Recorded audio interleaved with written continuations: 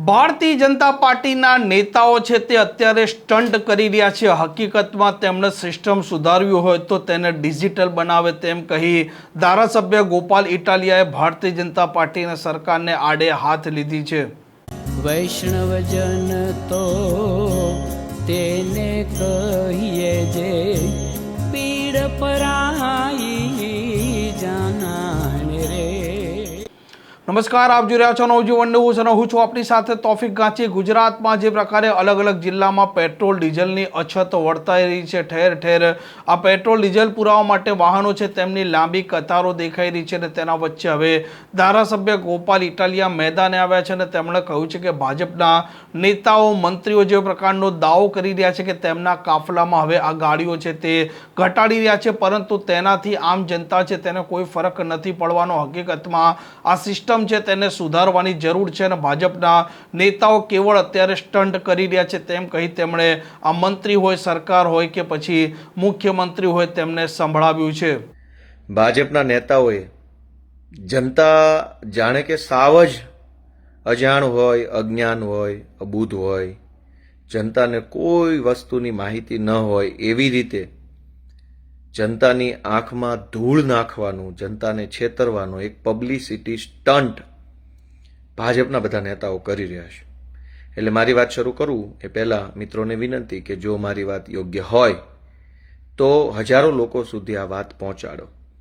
છેલ્લા 2-3 દિવસથી ભાજપના દેશભરના અને ગુજરાતના નેતાઓ છે એ તમાશો કરી રહ્યા છે, સ્ટન્ટ કરી રહ્યા છે, જાણે કે પોતે બહુ મહાન માણસો છે અને ગુજરાતની જનતા મહાન નથી। અલગ અલગ મંત્રીઓ અને ભાજપના અલગ અલગ નેતાઓ જાહેરાત કરે છે કે પેટ્રોલ અને ડીઝલ બચાવવા માટે પોતાના કોન્વોયમાં કાર ઘટાડી, કોઈએ સિક્યુરિટી કાર્ડ ઘટાડી, કોઈ ચાલીને વિધાનસભા ગયું, કોઈ સાયકલ લઈને ગયું, કોઈ બળદગાડામાં, આ બધા સ્ટન્ટ ચાલુ કર્યા છે। અને આજે એક નવો સ્ટન્ટ ગુજરાતની ભ્રષ્ટ જૂઠી પાર્ટી બીજેપીએ લીધો છે કે વર્ક ફ્રોમ હોમ, ઘરે બેઠા કામ। આ ઘરે બેઠા કામ કરશે કોણ અને કોનું કામ ઘરે બેઠા થશે, આ બહુ મોટો પ્રશ્ન છે। એટલે મારે પેટ્રોલ અને ડીઝલના નામે જે તમાશો આલી રહ્યો છે, દેશભરમાં ભાજપના નેતાઓ, ભાજપના લોકો જે રીતે મજાક બનાવી રહ્યા છે પેટ્રોલ ડીઝલના મુદ્દાની, સાયકલ લઈને કોઈ જાય, અરે ભાઈ મુખ્યમંત્રીના કાફલામાં 15 કે 20 ફોર વ્હીલર હોય તો ભલે ને હોય, એમાં શું વાંધો છે? 20 હોય તો 25 કરો, 25 હોય તો 30 કરો, કંઈ વાંધો નહીં। ગુજરાત રાજ્યના મુખ્યમંત્રી કે મંત્રી તમને જનતાએ બનાવ્યા છે તો જે કાંઈ જરૂરી સુવિધા હોય એ વાપરો, એની કોઈ ના નથી। 25 કાફલાઓની ગાડીઓ હોય તો 50 કરો, 50 હોય તો 60 કરો, એમાં 60માંથી 30 કરો કે 20 કાફલામાં કાફલામાં 20 ગાડીઓ હોય એની તમે 15 કરી નાખો તો એનાથી જનતાનો ફાયદો નથી।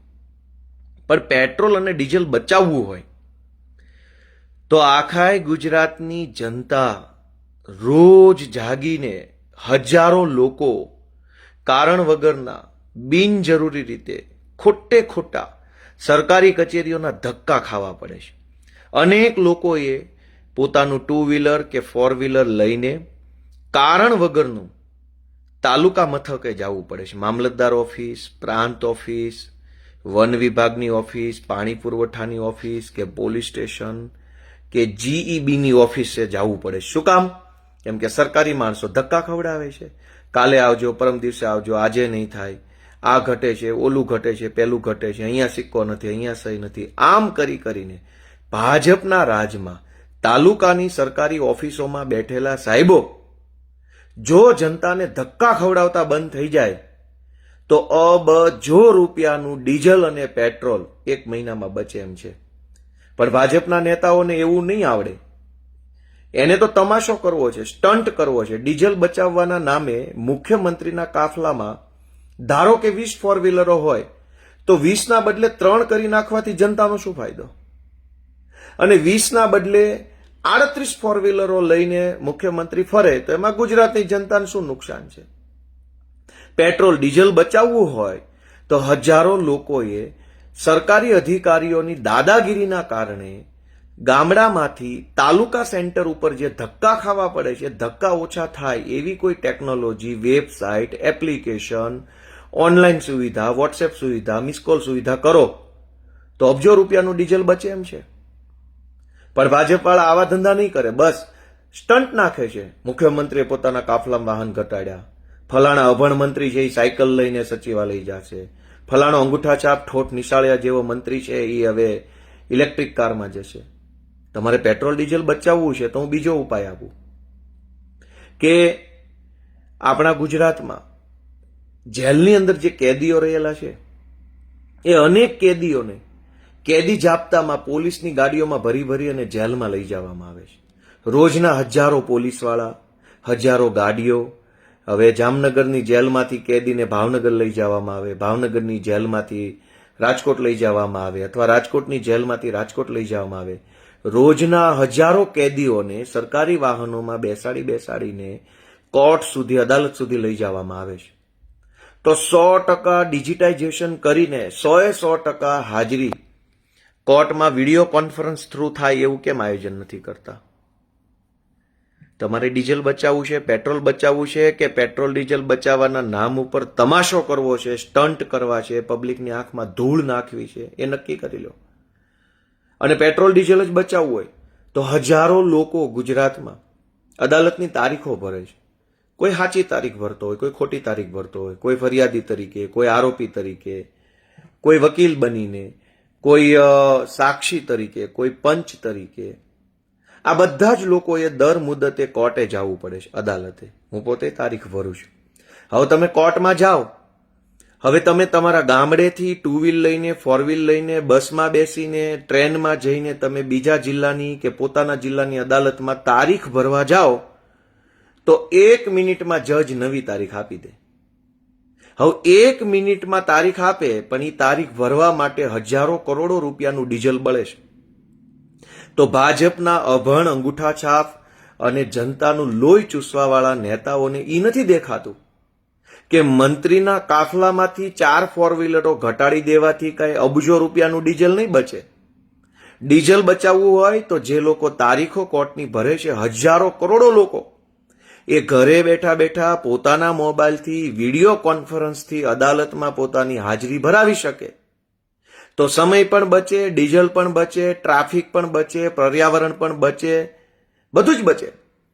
પણ ભાજપના અભણ નેતાઓને કોણ સમજાવે? 2 દિવસથી ઉપાડો લીધો છે, એક ધારા ચોંટ્યા છે, જાણે કે દુનિયામાં કોઈને કાંઈ ખબર જ નથી પડતી ને પોતે જ મહાન જન્મા છે. અનેક લોકોએ, જેમ કે મારે પોતે અનેક વખત વિસાવદરથી ગાંધીનગર, વિસાવદરથી સુરત, વિસાવદરથી રાજકોટ, વિસાવદરથી ભાવનગર કોર્ટની તારીખ ભરવા જવું પડે. હવે હું મારો મોબાઈલ અત્યારે મારા હાથમાં પકડી ફેસબુક લાઈવ કરું છું. હું ભલે ને દુનિયાના કોઈ પણ છેડે હોઉં, પણ તમે તમારા ઘરે બેસીને મારી વાત સાંભળી શકો છો. તો હું દુનિયાના ગમે છેડે બેસીને અદાલતમાં હાજરી ન ભરાવી શકું?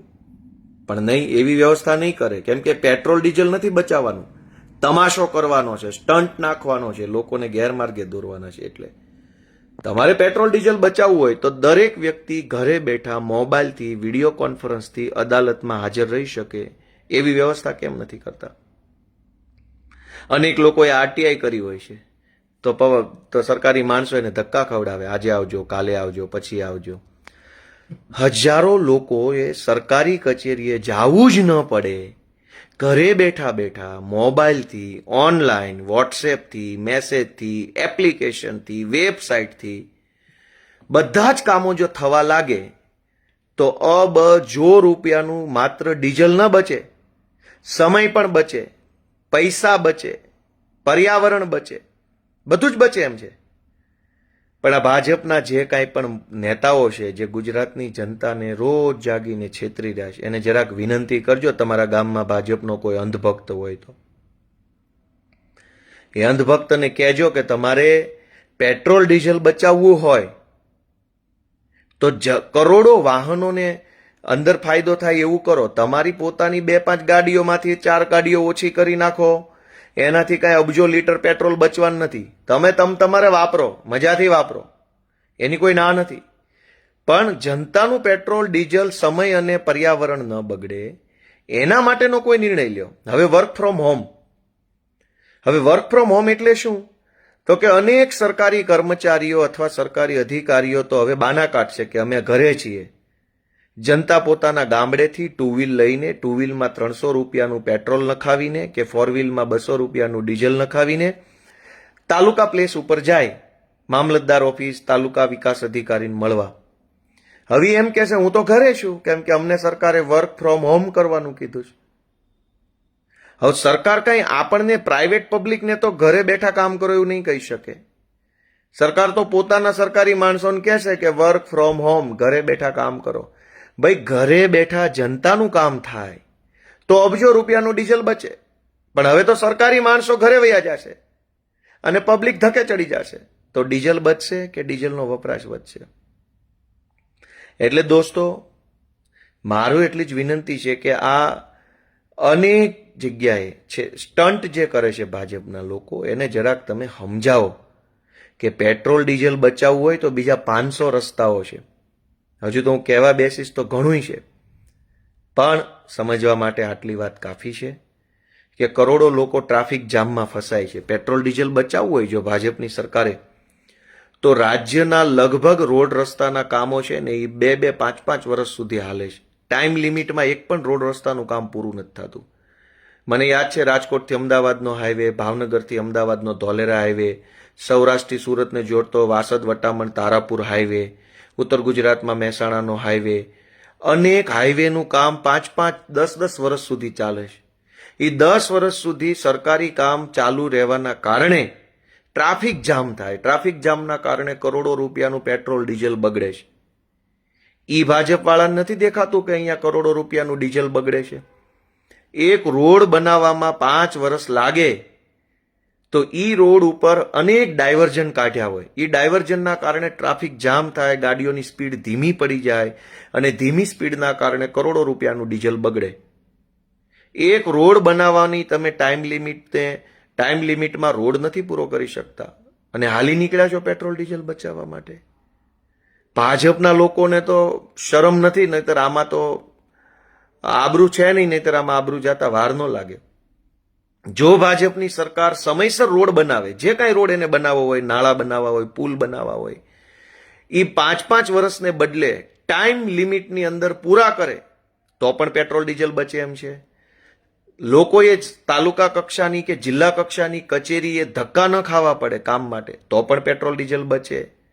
પેટ્રોલ ડીઝલ બચાવવાના હજારો રસ્તાઓ છે, પણ એ બધા જ રસ્તાઓ અપનાવવાના બદલે સ્ટન્ટનો રસ્તો ભાજપે પસંદ કર્યો છે. વડાપ્રધાન કે હું 2 ગાડી લઈને જઈશ, મુખ્યમંત્રી કે હું 1 ગાડી લઈને જઈશ. અલ્યા ભાઈ, એક નહીં 152 ગાડી લઈને જાઓ, પણ રોજ જાગીને હજારો લોકોએ પોતાનું ટુ વ્હીલ લઈને તાલુકે કે જિલ્લે જવું પડે છે. ધક્કા બંધ કરાવી દો ને. કોર્ટની મુદતો ભરવા જવું પડે છે, ટુ વ્હીલરો ફોર વ્હીલરો લઈને ટેમ્પામાં બેસીને, એ બંધ કરાવી દો ને. રોડના અને બ્રિજના અને બધા સરકારી કામો વર્ષો સુધી ચાલે છે, એમાં જે ડીઝલ પેટ્રોલ બગડે છે એ બંધ કરાવો ને. આ પ્રકારના સમાચાર માટે નવજીવન ન્યૂઝની આ ચેનલ સાથે જોડાયેલા રહો. નમસ્કાર.